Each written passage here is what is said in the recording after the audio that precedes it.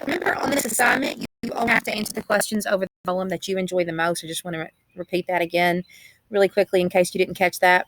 So read both poems, obviously, but you only have to answer questions for the one that you enjoy, okay, the most. So let's talk about sound devices. I think that you guys probably just listening to it out loud, you realize that there is a rhyme scheme. You guys all know how to check rhyme scheme. We use the alphabet. We look at those last words in each line. So let's see if this has a rhyme scheme. It's going to be kind of hard not writing on this, but you can see my cursor maybe. Okay. So, two roads diverged in a yellow wood. We know that we're going to start out with an A, right? And sorry I could not travel both. Both does not rhyme with wood, so we're going to move on to B. And B, one traveler, long as I stood. Stood obviously rhymes with wood, so we're going to go back to the A. Could rhymes with stood and wood. We're going to keep an A. And then undergrowth. Does that rhyme with any of these words? Yes, it rhymes with both. So we're going to go back to B. I think now looking at this, we can see it's clear that Robert Frost had a pattern in mind, but we know that we can't stop at the first stanza. We need to continue on and look at the rest of the stanzas. Fair does not rhyme with anything up there, so let's move on to our C. Claim. Let's move on to our D.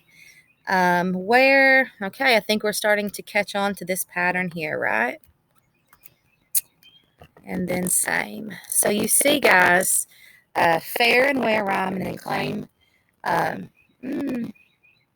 Fair, where, and there rhyme, and then claim and same. So A, B, A, B, C, D, C, C, D. And I would do the other stanzas, but just for time purposes, I'm going to stop there.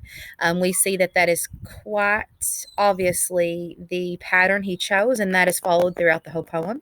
There's, I think, maybe one example of a slant rhyme, two words that typically don't rhyme, but we know the author wanted this pattern, and they're close enough that we can make the inference that, yeah, he wanted them to rhyme, even though normally they don't. Let's talk about rhythm. So we know the easiest way to check rhythm is to count syllables. So two roads diverged in a yellow wood, 9. And sorry I could not travel both, 9. And be one traveler long as I stood, 9. And look down one as far as I could, 9. To where it bent in the undergrowth, 9. Okay, let's just skip down and look at a random stanza. And both that morning equally lay, 9. In leaves no step had trodden black. In leaves no step had trodden black. Do you see any word in that line that maybe I could make 2 syllables instead of 1? In leaves no step had trodden black, perhaps? Oh, I kept thee first for another day. So basically, guys, each line has around 9 syllables, and we know that poets sometimes, just like they can make 2 words that normally don't rhyme, they can do the same thing with syllables. And so words that would normally be 2 syllables, they can make it 1. Words that would be 1 syllable, they can make it 3 if they want to. That's right. We have we have freedom in that sense when we are writing poems.